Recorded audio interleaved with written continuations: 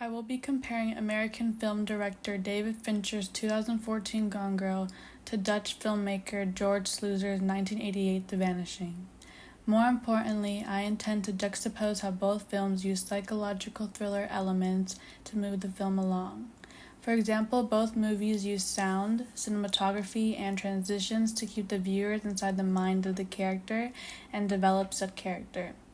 Thrillers give viewers heightened feelings of suspense, excitement, surprise, anticipation, and anxiety. And they often use cinematography, sound design, and suspenseful editing to achieve those effects. Gone Girl follows a seemingly happy married couple, Nicholas Dunn and Amy Dunn. However, after financial issues, their relationship falls apart and their true selves show. Nick's actions speak for themselves and leave Amy to believe he will soon divorce her. In response, Amy plans her murder and perfectly plants all the evidence to guide police to believe Nick was the one who murdered her. Similar to Gone Girl, The Vanishing also keeps to a couple, Saskia Wachter and Rex Hoffman. Saskia goes missing and Rex's whole life becomes consumed by trying to find Saskia. Saskia's murderer tortures Rex for years until they finally come face to face. For example, the starting scene of Gone Girl uses non-diegetic sounds. They are also high-pitched notes that almost sound like whistles. They are very slow-paced and have an echo, leaving an unsettling feeling. The resonant music leaves a mysterious feeling as it is consistent, soft, and melts into the background. It's subtle but still noticeable. Sounds in psychological thrillers is most important as horror movies show how efficient sound can be at provoking emotions, and one can hardly imagine a horror movie without sound. They often leave a mysterious atmosphere, like the scene in Gone Girl.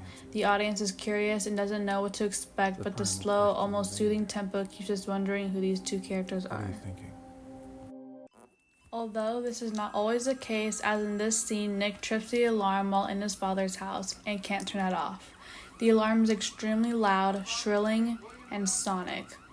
It relays a perception of urgency, anxiety, and irritation for the viewers and Nick, as you can see his growing frustration and anger. The urgency and anxiety from the alarm makes the viewers believe something bad is about to happen, leaving us eager to see how the scene will play out for Nick. The same type of music is used in The Vanishing to achieve the same effect.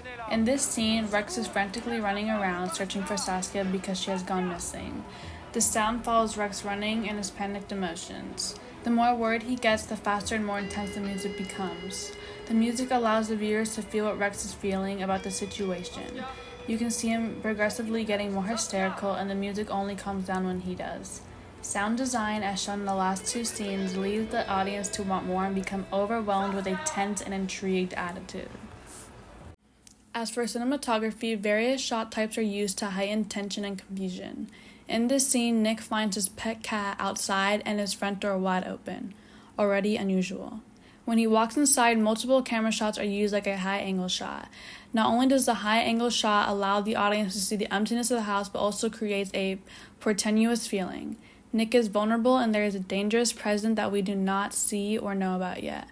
This shot creates an emotion of unease and stress, which Nick also undergoes. Continuing the scene, Nick walks through his house only to find a shattered table on the ground.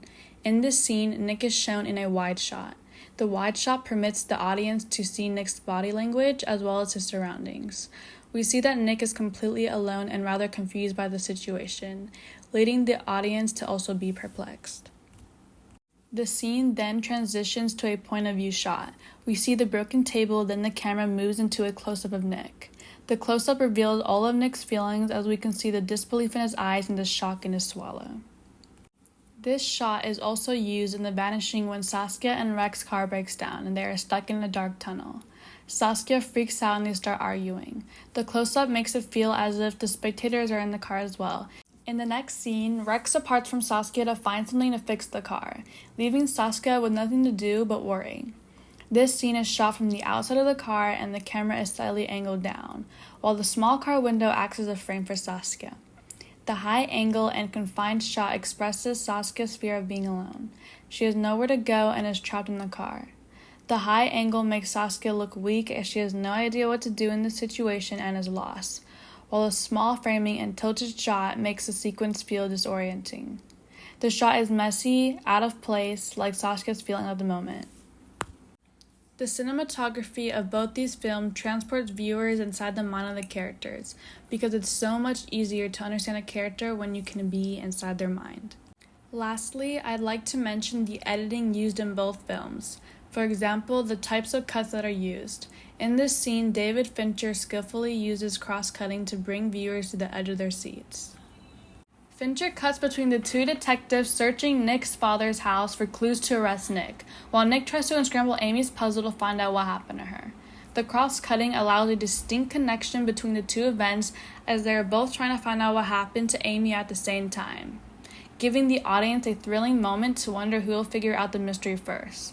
Will the police arrest Nick, or will Nick save himself by figuring out Amy's insane game? These are the types of questions being asked due to Sluicer also uses cross-cutting in his film. At this moment, Rex is on TV making a direct message to the man who killed Saskia, requesting they meet. He cuts between Rex talking and the killer's reaction.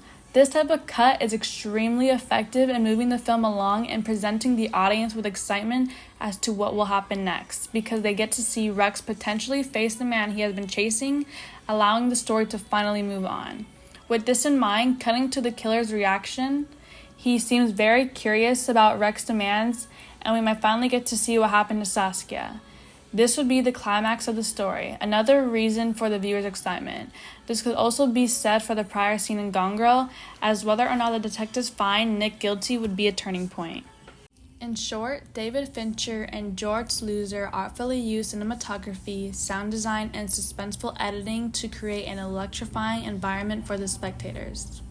They have not only left the crowd wanting more, but allowed them to feel what the characters felt, see what they saw, and truly be in the minds of the character.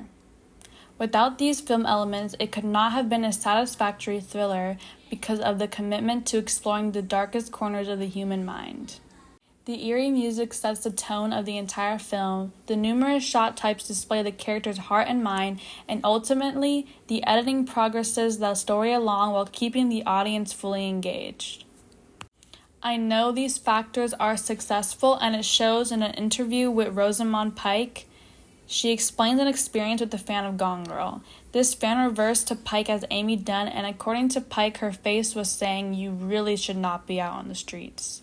Her role in Gone Girl was so significant and well shown because of the director's choices, and has left an impression on many.